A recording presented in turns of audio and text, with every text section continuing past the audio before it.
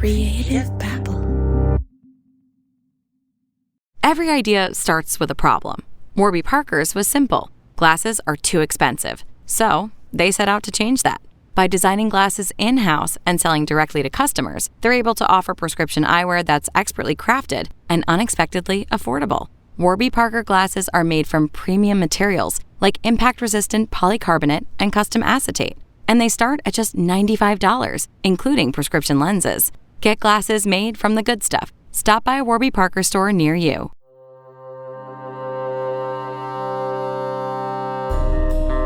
That guy is the ultimate political snake.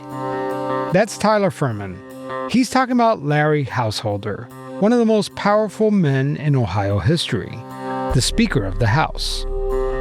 He knows exactly how to sell this vision that he created of Bob and Betty Buckeye, as he used to say, and sell sort of that like Jesus, America, and apple pie politics, where you show up at the county fair, you walk in the parade, you show up wearing your full like camo jacket and overalls like you're just fresh off the hunt.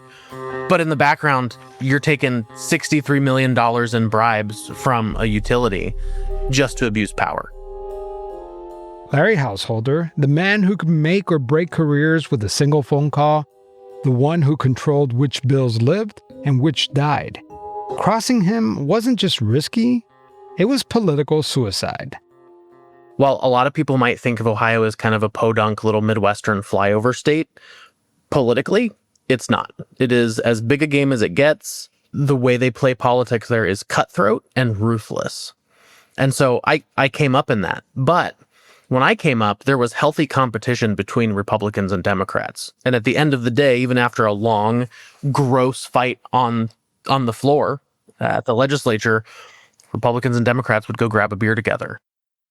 But as we all know, things have changed. Ohio used to be an incredibly important state to watch when it came to presidential elections. We used to be the bellwether. As goes Ohio, so goes the nation. Right. That's how you determined who was going to win the presidency, was if you get Ohio, you win. And it was always down to you're biting your nails on election day, hoping it was a good representation of our country. Right? Yes, it was the ultimate swing state. Ohio is a far cry from the competitive battlefield Tyler once knew. Today, one party holds a strong majority in the legislature. That's the result of gerrymandering, district maps drawn in ways that gives them a clear advantage. Tyler wasn't just some political outsider. He's been in the room. He knows all the players. And soon, he'd be working with the FBI to take them all down. I'm Javier Leiva, and this is Pretend. Stories about real people pretending to be someone else.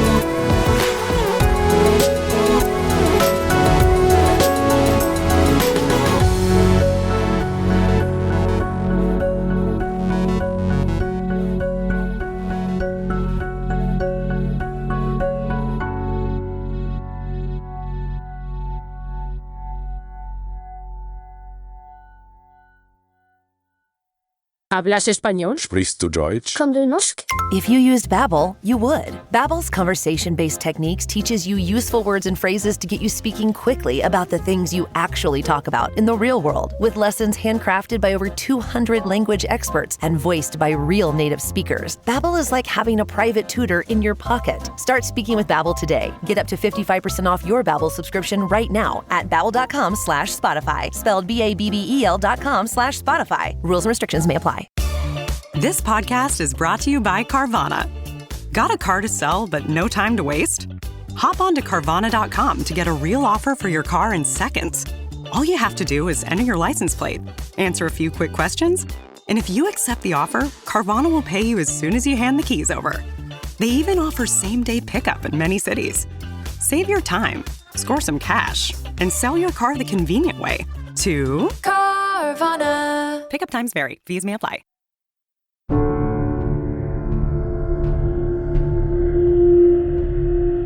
State lawmakers don't get splashy headlines. Most of them just fly under the radar. But these are the people who decide how your schools are funded, how your elections are run, and how your utilities get regulated. Be honest, how many state senators or representatives can you name? Do you even know who your state Speaker of the House is? Probably not. And that's the point. These lawmakers count on your lack of attention to operate in the shadows, making backdoor deals and sometimes lining their own pockets. Not all of them, of course. Most state lawmakers are technically part-time and they earn modest salaries. And many of them are independently wealthy. But the system creates incentives for them to find other ways of making money. And when those side interests collide with their public duties, that's when things get a little bit messy. I used to get annoyed because people would always say, oh, all politics are local, right? Yeah. And it just becomes kind of a cliche. Yeah. I believe that more than I believe anything else in politics. Because truthfully, the person that stands behind the dais, who wields the gavel, at some point was, in this case, your Perry County auditor, or a township trustee, or a city council member. That's where they got their start. And if you want to stop the folks who want to abuse power, you have to start at the local level, because by the time they get to the regional or to the state level, it's too late. I am Larry Householder. I represent the 78th House District. This is a Larry Householder campaign ad as seen in the HBO documentary Dark Money Games. My family, my wife, and my 4 sons and I reside at our family farm in the northern part of Perry County. I come here with experience of 14 years as a private business owner. So Larry Householder is from Perry County, Ohio, which he very lovingly refers to as Paradise. Larry's a small town guy. Larry Householder worked his way up through local party politics. By the late 1990s, he'd made it to the Ohio House of Representatives. Not long after that, he reached the top, Speaker of the House. Tyler remembers Larry Householder's style as blunt, aggressive, the political version of a bull in a china shop. And the team that he built around him were vicious and mean. And that speakership actually came to an end when the FBI went after him, began investigating him on charges related to pay-to-play politics. And he ended up resigning in disgrace and leaving the Ohio House during his first bout as state rep and speaker. And then he disappeared. He went back to Perry County. So he sat there for a while, and then he decided he wanted to come back to the Ohio House of Representatives. He wanted to be the Speaker of the House again. But he had rebuilt his persona. Once again, as sort of this down-home guy. He acted like he had changed. He acted like, you know what, things are different. I learned my lesson. I just want to serve my community. I want to serve my district. And I think I could really get some good stuff done. And a lot of us, myself included, got excited. And we were like, all right, cool. You know what? Let's give him another shot. In 2018, Larry Householder built a statewide operation to unseat certain Republican members of the Ohio House, his own party. Lawmakers that he knew would not support him as Speaker. He targeted them in the primaries, replacing them with candidates that would support him. Tyler, who I'm talking to today, was one of the people running Larry Householder's campaign. So what he wanted to do was essentially stack the deck. He wanted the next General Assembly that would be sworn in at the beginning of 2019 to be full of loyalists who would elect him Speaker. That was his plan. I was like, you know what? This could be a good opportunity to get some things done. We won 20 of the 22 races. I mean, just absolutely swept the field. And then we moved into the general election season right away. And it was, how do we make sure that these guys win in these districts so that Larry has the votes to become Speaker? Before you knew it, election day came and went, and then Larry became Speaker again. And it was a big moment, especially as a political operative. You look at it and say, hey, look what we just did. We unseated a bunch of sitting members in the primary, and then we won quite a few of these races. And we got the guy we wanted to be Speaker up there behind the dais again. Here we go. And then that's when everything started to change. And that's when we saw House Bill 6 kind of take shape. House Bill 6 became known as, quote, the nuclear bailout. This is another clip from the HBO documentary Dark Money Games. Well, I appreciate everybody being here, and we are ready to get moving on this mysterious energy bill that we've been working on for quite a while here in the House of Representatives. What we were able to craft and we're introducing today is the Ohio Clean Air Program. House Bill 6 set aside $1.5 billion in tax-funded support, not as a loan, but as direct payments to keep 2 failing nuclear power plants afloat. Those plants were owned by First Energy. First Energy, based in Akron and operating both in Ohio and New Jersey, was no stranger to politics. On paper, the bill looked like any energy company could qualify, but the requirements were written in a way so specifically that they only fit First Energy almost perfectly. And there was another reason that the bill raised eyebrows. First Energy was already one of the biggest political donors in Ohio politics. They introduced this bill, and it was weird because as soon as it was introduced, they had titled it the Ohio Clean Air Act, right? Sounds benign enough, right? Yeah, sounds benign enough. It might even sound positive towards renewables or the environment, but it was anything but that. It was essentially a $1.5 billion bailout with taxpayer money for a failing energy company, specifically for 2 failing nuclear energy plants. It was to prop those up and keep them open, but the bill also completely gutted any form of incentives for wind or solar power development across the state of Ohio. As soon as House Bill 6 was introduced, environmental groups opposed it. No surprise there. But they weren't alone. Even a prominent conservative group came out against the bill. Not for environmental reasons, but because it was a corporate bailout. Yeah. And they're generally conservatives, Republicans. They preach that they're against corporate bailouts and using taxpayer dollars to benefit these massive corporations. So this weird coalition forms to try and stop the bill from being passed, and they never stood a chance. Larry rammed it through the legislature as fast as he possibly could. The bill moved fast through the Ohio legislature. It was introduced in early April, and by July 2019, the same day it landed on the governor's desk, he signed it into law. For a major piece of legislation, that's lightning speed. I mean, it was just this rapid fire process that was not standard. It was not normal. And so it began to raise questions about, well, what's really going on here? At the time, these deals were happening quietly, behind closed doors. But today we know more. We know that Larry Householder sat down with First Energy executives and made a pitch. He needed money to win back the speaker's gavel, and they needed someone in power who could deliver. Investigators would soon uncover intercepted phone calls, undercover recordings, bank and business records, even electronic evidence. The scheme was complicated by design. It was meant to stay hidden, but eventually the story started to come together. Larry Householder promised First Energy influence. In return, they promised him support. What First Energy wanted was clear: a $1.3 billion bailout. One executive even stood to make $100 million. And the paper trail showed something else. First Energy had already drafted the bailout legislation even before Larry Householder was even Speaker of the House.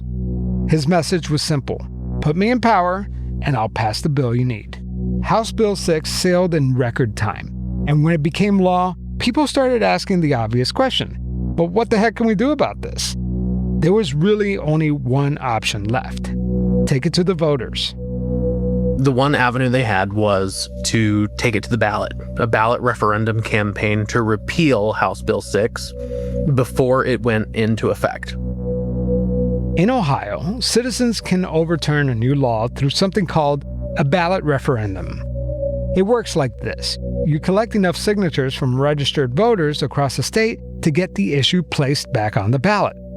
Then, in the next election, the public gets to decide whether the law stays or gets repealed. So how many signatures are we talking about here? About 265,000. No biggie. There's a whole operation and a mechanism built around these signature gathering efforts. So much so that there are huge companies all over the country whose sole job is to be hired to send out signature gatherers for issues like this that are trying to get on the ballot. But Tyler moved on. He was no longer part of Larry Householder's campaign team. He was mostly out of politics. But just like in the mafia, just when I thought I was out, they pulled me back in. I was looking for a new opportunity, and a really close friend approached me and said, hey, they're trying to repeal House Bill 6. They need someone to manage the signature gathering effort. And I know some of the guys from the company that have been hired to do it. They want someone local. Would you be willing to talk with them? So I said, yeah, seemed interesting enough. I was a Republican who really always cared about conservation efforts and environmental issues. They were important to me because those are things that impact every single person every single day. We need clean air and clean water and a great, open, clean, safe outdoor space. Why would that be a political issue? Right. Shouldn't be. I also hated corporate bailouts. And I was like, this checks all my boxes. Had a conversation with the guys, had been out of the game for a minute, and they were like, you've got the job. We want you to manage this. It started in the central Ohio region, where I'd just be managing the signature gathering in central Ohio. It became, hey, we actually want you to help set up the statewide operation to gather signatures and manage the team on a daily basis. So it became much larger than it was. And I was so excited.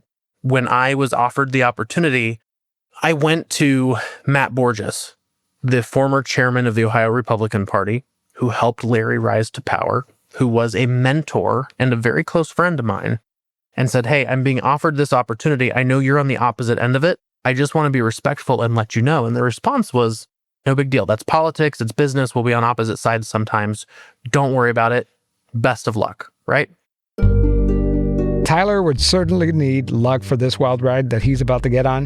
And when we come back from the break, this new job comes with more than Tyler bargained for. Running a business comes with a lot of what-ifs. That's why you need Shopify. They'll help you create a convenient, unified command center for whatever your business throws at you, whether you sell online, in-store, or both. You can sell the way you want, attract the customers you need, and keep them coming back. Turn those what-ifs into why-nots with Shopify. Sign up for your $1 per month trial at shopify.com/special offer. That's shopify.com/special offer.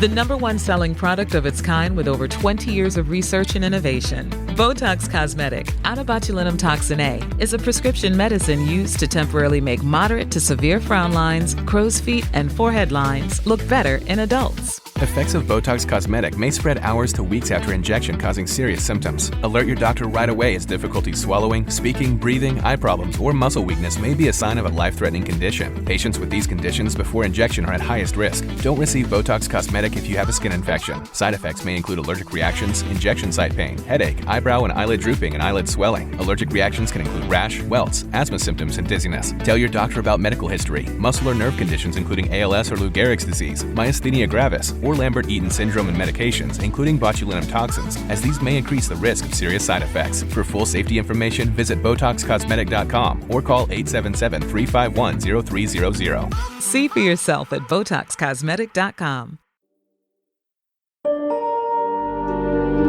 Think about it, 265,000 signatures. That's all it would take to put House Bill 6 back in the voters' hands. These signatures are just to get the repeal on the ballot, right? It doesn't mean that you get the signatures and the law goes away. I mean, This is just to get the... No, the signatures repeal nothing. The signatures was just to give the people of Ohio a voice on whether or not they wanted their tax dollars to be used for that purpose. Yeah, but now this puts you in a very precarious situation, right? Because you have the Speaker of the House that, wanted to pass this law. The governor signed it right away. You know that there's a lot of energy behind that law, and they don't want that law to go away, right? And so that sets the stage for this conflict. And now you're running this, right? You're the local person, and it turned out to be a bigger job than you anticipated. And what happens next? Like we have this pressure cooker situation happening. Yeah. And a lot of pressure on you. Yeah. So, going in my mind, I thought, I've never been afraid of a fight, right? And I've never been one to back down because there's a pressure cooker situation happening. I'm just kind of like, no, you know what? Right is right. And that's the side that you stand on no matter what. So yes, it was a sticky situation. It was pretty hot. People were not happy that the bill had been rammed through. The people ramming the bill through were not happy that there was a repeal effort starting. It was a spicy situation all the way around. So we launched the effort. And a couple days in, I get a phone call from Matt Borges. And he goes, "Hey, how are things going?" "No big deal. They're going fine. Campaign life, things are a little crazy." "Okay, cool. Hey, let's grab coffee." "Okay, sure. Sure, Matt, let's grab coffee." We sit down at a Starbucks in Grandview, Ohio. It's a little suburb right near Ohio State University in Columbus. And it was just kind of a general check-in, just kind of shooting the breeze, talking about how things were, whatever. And then it turned really quickly. And I will never, ever, ever forget the feeling in my gut, like this awful, horrifying feeling, because Matt essentially said, "Hey, choose the house, the car, the job, the title, the salary that you want, and I will take care of you forever if you are willing to feed me insider information from your signature gathering effort." And he said, "If you do that, it would make me a hero to my side, and it'll make both of us rich." Like Tyler said, he had known Matt Burgess on a personal level. Because of that, he knew that Tyler had been out of work, facing financial trouble, and he was struggling as a single father. When you're an unemployed, divorced, single dad, you get behind on things like paying child support. So I had child support in arrears for a little bit. I was also trying to get more time with my daughter. Things were sticky. He knew all of that about me, not because it was out there for everybody, but really because he was my friend. He was a mentor. And so in that ask for insider information, he also said, "We can take care of all of your legal stuff. Like we'll pay the child support arrears. Tell me any debt you've got. You name it, we will take care of you." In the moment, I remember hearing that and thinking, not, "Oh wow, this is my ticket out." Instead, I felt so sick to my stomach because it wasn't a friendly request. It had sort of an air of darkness to it, where it was almost, "Hey, choose all of these things or I cut you off for good." It was a bit of a threat. And I felt gross about it. And so I looked at him, I'll never forget this, and I said, "You know what, I think I need overnight to think about this." And I had no intention of ever taking him up on that deal, but I didn't know how to respond because I was afraid, number one, of what he would do if I said no. Number two, I didn't want to lose a friend and a mentor who had been very valuable to me for a while. I didn't want to be cut off. I didn't want my career to be hurt because he wouldn't help me find a job leader, give me a recommendation anymore. This was a very powerful person in Ohio. So we parted ways, and I called my best friend, Micah, and he was shocked. He was like, "All right, you have to report this, right? Like there has to be something, even just to be safe, just to be extra cautious, you need to report it to law enforcement." And so Micah said, "Well, you know what? I think there's an investigation going into some stuff around House Bill 6. I have a contact at the FBI. Are you willing to try him?" And I was like, "I guess, sure." I sent Matt Borges a text message. And I said, "Matt, I thought about," and this is paraphrased, "I thought about our conversation today. I have to turn you down." And my reasoning was, I would not be the same kid that you invested in a decade ago if I went through with this. My integrity is not for sale, and I hope you can understand. And I waited and waited and waited, and he didn't say anything back. And then the message came in. And I really believe that this is what ended up being kind of damning in the federal court case. He said, no matter what, never tell anyone about this conversation. Tyler made plans to meet with the FBI agent at a local ice cream shop. It always makes me laugh to think that FBI agents hold meetings with potential informants at the same place where Little League teams go after a game. But anyway, Tyler goes there to meet this agent. I got there early. I ordered a Grater's chocolate malt, still my all-time favorite chocolate malt, extra malt, triple thick. And I finished that malt before he even got there. And I will say this, it is my favorite chocolate malt in the entire world, and that's saying something for me, but it was the worst chocolate malt I've ever had. Sure. Not because Grater's did anything wrong, but because I was so terrified. You know, you're about to meet an FBI agent and tell them this story that could potentially lead to something. Yeah, but I have to imagine that you have no good options here, right? You either take the money, that could be a good option because then, your financial situation goes away, but you don't know what's on the other end of that. Nothing's free. And then if you turn them in, I mean, that has to be equally as risky, if not more. Like, yeah. Well, what were your thoughts? Like, you're thinking, how could this backfire on me? Well, I had no clue what was going on or what to do. The door opens and this very young looking, very clean shaven, fresh faced kid in a black suit walks in. And that was enter Special Agent in Charge, Blaine Wetzel. We talked through the whole thing and he goes, okay, well, if you're willing, I think that you need to take him up on the offer. And I said, what? He said, I think you take him up on the offer. You ask if you can revisit the conversation. And then you wear a wire. You record conversations and meetings with him because there's a much larger investigation going on. And this could be something that helps it along.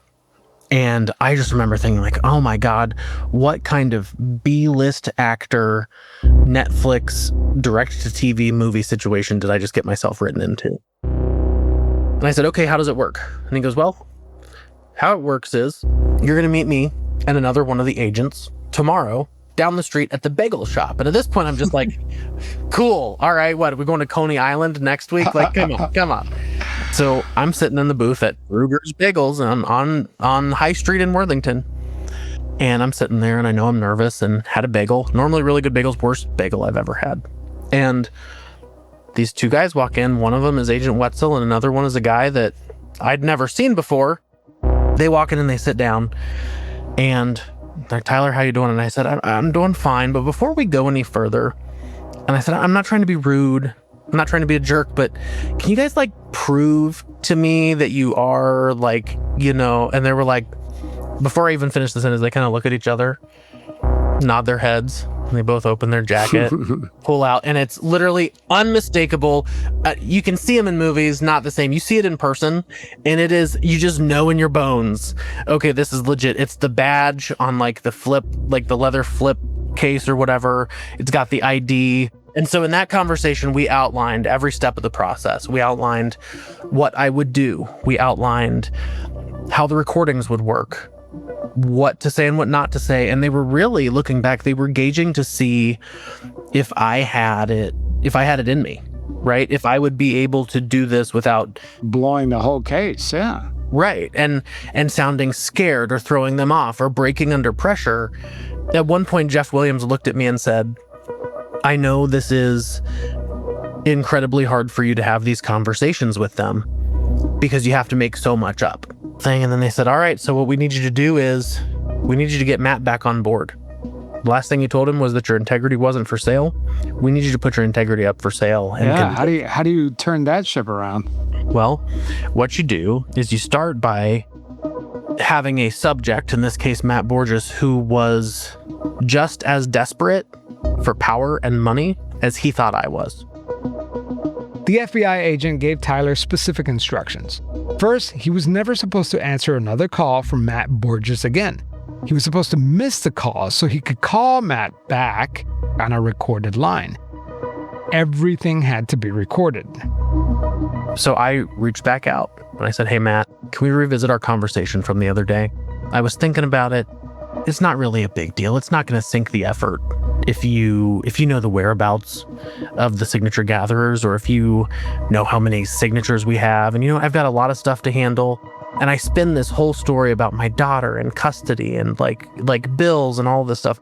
And he's like, we can absolutely revisit it. Yeah, of course. Yeah, let's do it. Let's do it. And he goes, but let's talk about it in person. Meet me at the Starbucks again. Let's go tomorrow. The sting was underway. In the morning before I left home, I would get a phone call, or I would call the agent. And the first question was, what are you wearing today? Which is, unless you're like Jake from State Farm, it's a very abnormal question to get. And I'd tell him, well, I'm wearing this outfit. Okay, do you have appointments outside of your office today? Yeah, I've got these couple appointments. I was thinking about doing this. Okay, which route are you taking to work? And I'm thinking, like, why do you need to know this much detail? Like, what is going on? They're like, oh, we're just trying to make sure you're safe.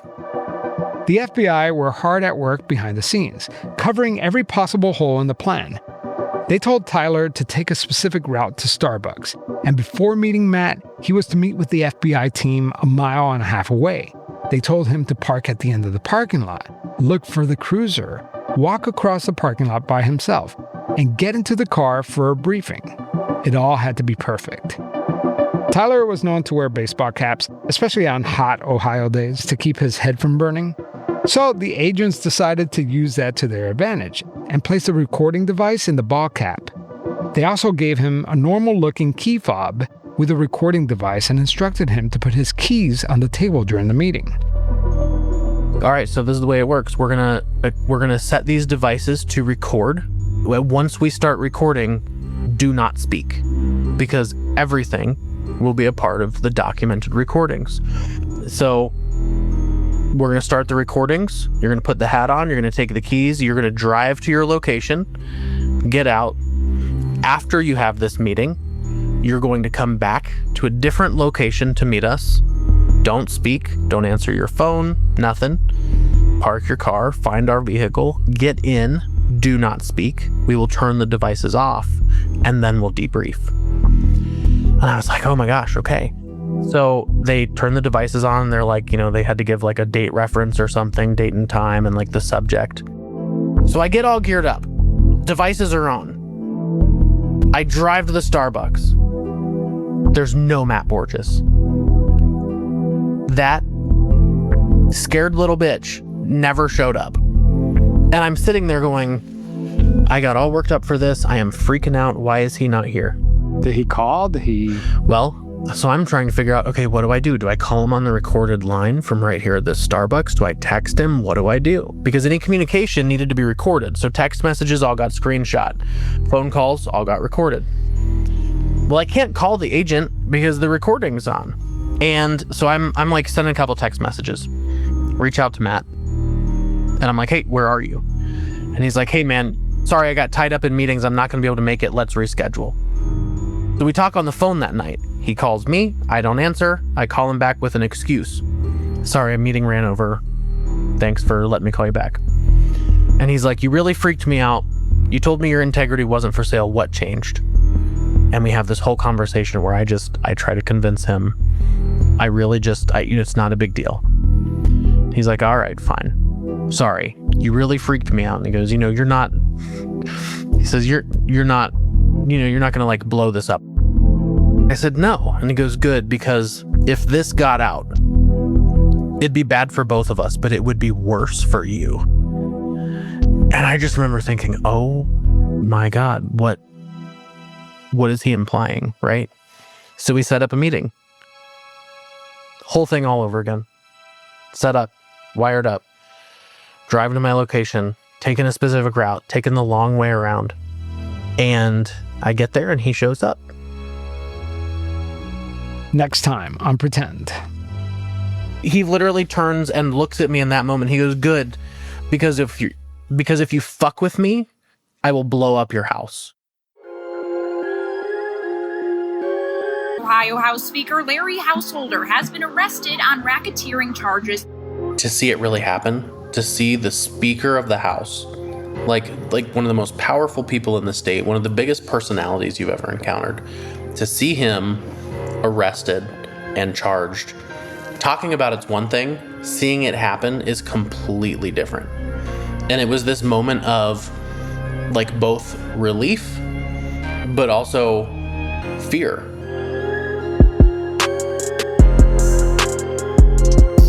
You know, Ohio isn't the only place where this kind of pay-to-play politics show up. Just this month, North Carolina, where I live, saw another example.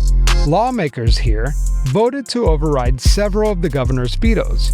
In the end, they pushed through a bill that gave Duke Energy, the power company here, the power to raise electricity rates and strip away some of the governor's ability to regulate big industries. The votes only succeeded because a few Democratic members crossed the aisle. And those same lawmakers had taken campaign contributions from Duke Energy before. So yes, corruption doesn't have a political affiliation. It doesn't matter if you're on Team Red or on Team Blue. All that matters is Team Green. Different states, same story. Listen, local politics matters, guys. All right, this was part one of my two-part series on the state of corruption. We're focusing on Ohio. I'd love to hear what you think about this series and tell me what kind of corruption is happening in your state. Leave me a comment. If you're listening to on Spotify, you could comment on this episode and tell me all the dirt on your state. Part 2 is available right now for my Patreon supporters and Pretend Plus listeners on Apple Podcasts. As always, thank you to all my supporters. You are the reason this show is possible. Leave me a review. Send me a DM on social media. I love hearing from you guys. Today's episode was written by me and Mackenzie Ames. It was edited by the talented Puneeth Chinoy with the Podcast Pundits. Our theme music is by thechicken.net. That's all we have for this week. Talk to you soon.